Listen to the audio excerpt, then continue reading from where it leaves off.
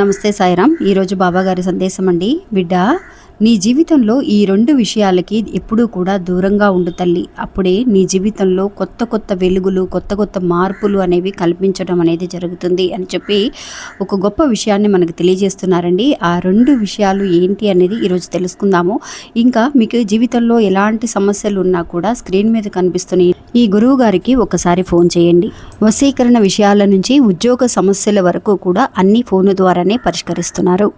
ఇంకా బాబా చెప్పబోయే ఆ 2 విషయాలు ఏంటి అంటే, జీవితంలో నీ కంటి ముందు రోజు కూడా ఎన్నో విషయాలు కనిపిస్తూ ఉన్నాయి. వాటన్నిటికీ కూడా నువ్వు రియాక్ట్ అవుతూ ఉన్నావు. అలా రియాక్ట్ అవ్వాల్సిన అవసరం అనేది అస్సలు లేదు తల్లి.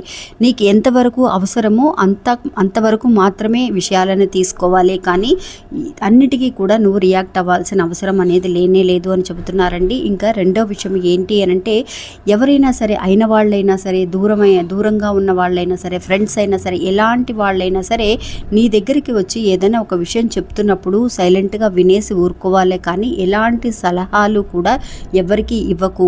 అలా కనుక ఇస్తే వాళ్ళకి ఏదైనా ఒక ప్రాబ్లం అని వచ్చినప్పుడు మళ్ళీ ఆ సమస్య నువ్వు ఇచ్చావు కాబట్టి ఇలా జరిగింది అని చెప్పి మనల్ని దెప్పి పొడవడానికి అవకాశం అనేది ఉంటుంది అని చెప్పి తెలియజేస్తున్నారండి.